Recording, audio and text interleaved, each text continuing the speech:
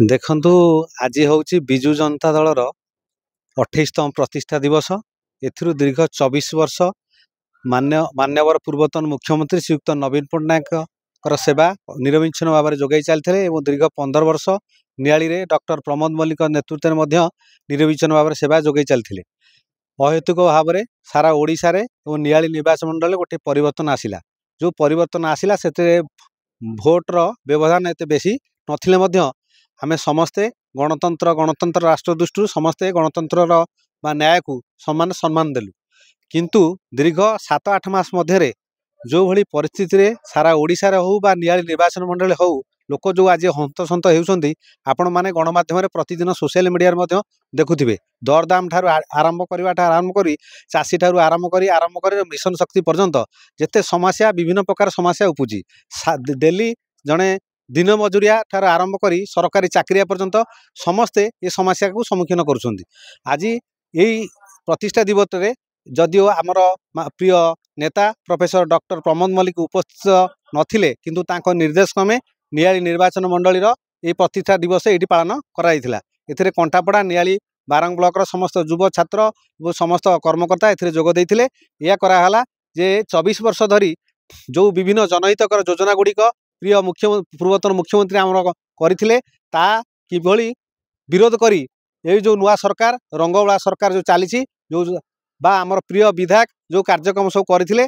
ता मध्य संपूर्ण होवाई आउरी 3 वर्ष लागिवो। तेणु जो नुआ योजना किसी कार्यकारी है नहीं से कथा लोक पाखे पहुँचवा। जो अदिनिया वर्षा रे क्षयक्षति घटी चाषीर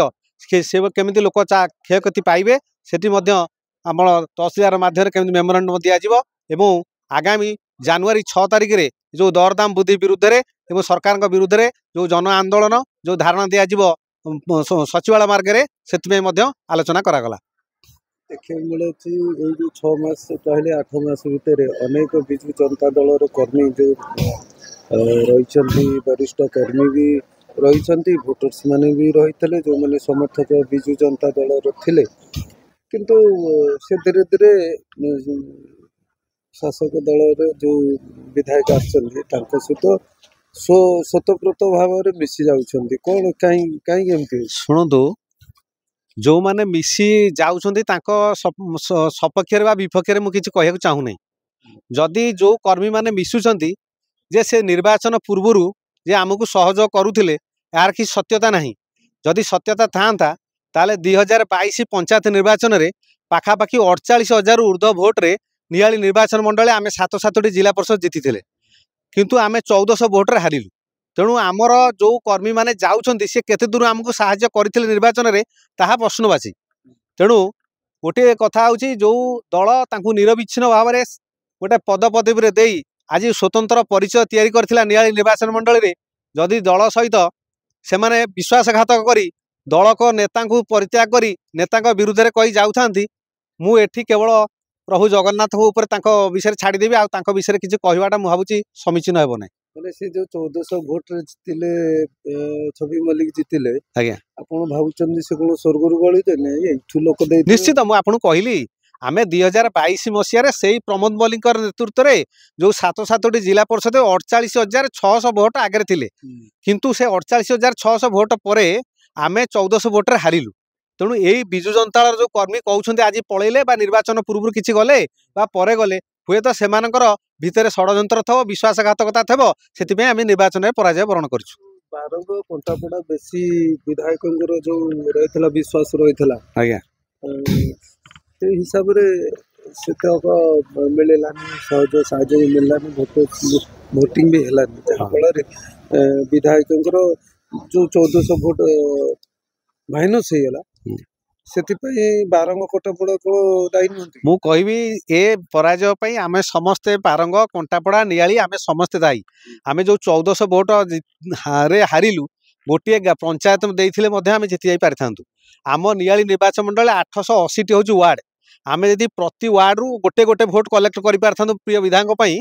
ताले आमे पाखापाखि आउ 200-400 भोट रे 1400 भोट पर जीति पारथांतु। आमे समस्ते अपराग करिचु ओभर कॉन्फिडेंस करिचु 30,000-40,000 भोट जीतु 3,000 भी जीतबू ये भावना आमको आज एठी नुहे सारा ओडिशा रे हरैछि। गोटे जिनस हैला जे गोटे मिछ अपप्रचार चलिला प्रिय मुख्यमंत्री को ना रे एवं दल विरुद्ध अपप्रचार चलला विधायक विरुद्ध अपप्रचार चलला आम कर्मी मैंने डिफेन्स दे पारे नहीं एवं कर्मी मानकर अलसुआपण आ ओभर कॉन्फिडेंस आमको पराजय वरण करा बाध्य करेला नहीं किसी आलोचना भी एमती होची जेतक नेता रहिला आग धाड़ीर नेता हाँ।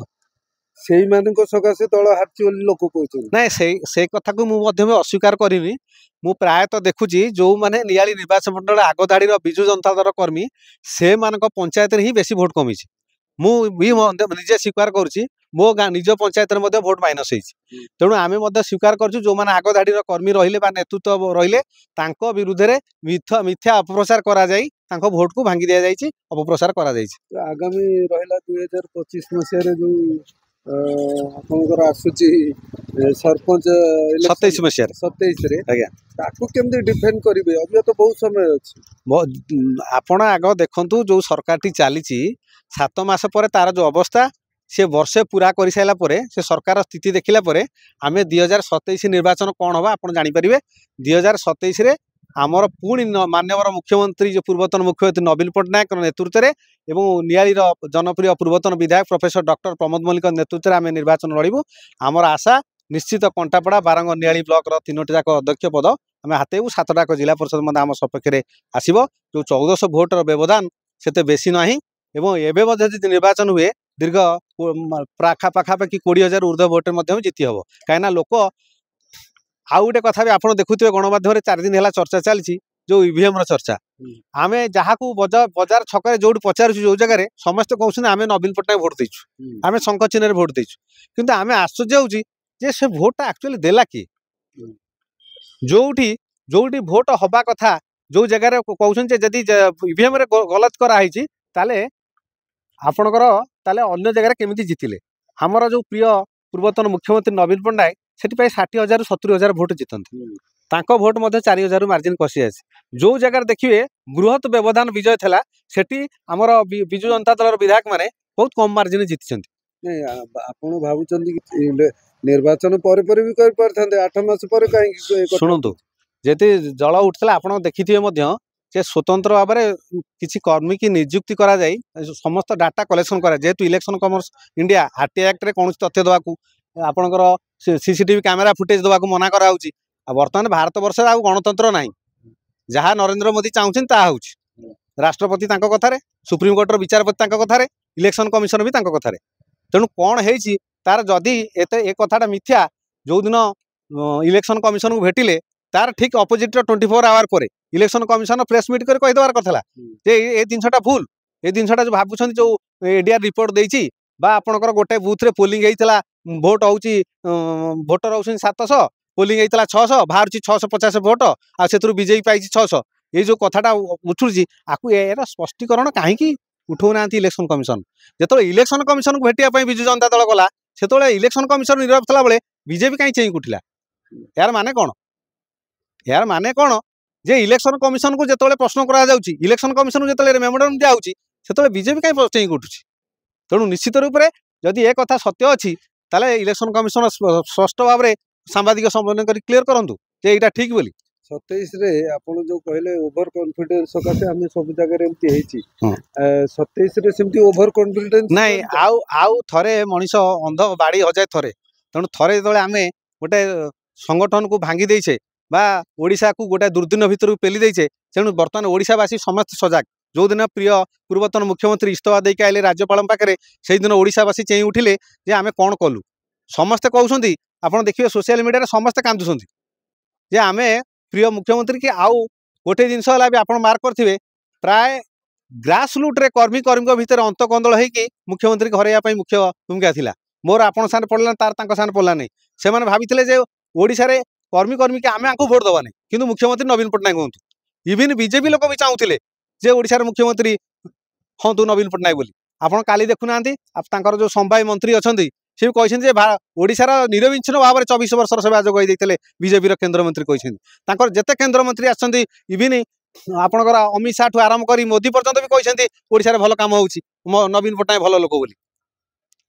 तो ये जो दल एक्चुअली जो मैंने पलाउछन्ती सी विश्वासघातक करछन्ती ना जो मैंने दल रे अछन्ती से माने शुणु जो मैंने दल में विश्वासघातक करी रे से कहीं रे ସେ ତ ସେ ଦଳରେ କିଛି କରିନାହାନ୍ତି ତାଙ୍କ ପାଇଁ କାହିଁ ଯିବେ ତାଙ୍କଠୁ ଆଶା କାହିଁ କରିବେ ସେ ଯୋଉଠି ଖଟିଛନ୍ତି ଯାହା ପାଇଁ କାମ କରିଛନ୍ତି ତା ପାଖକୁ ସେ ମନକୁ ପଳେଇବେ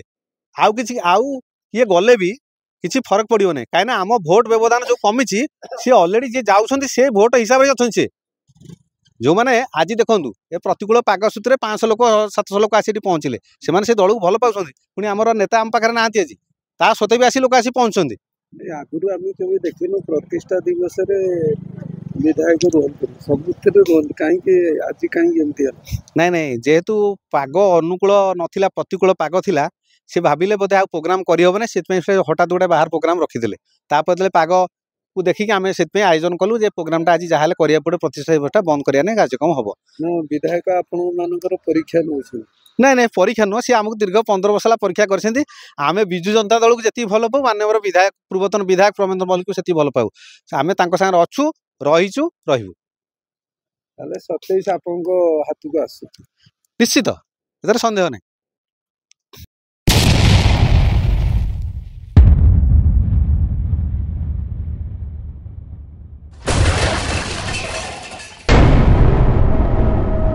NK Media,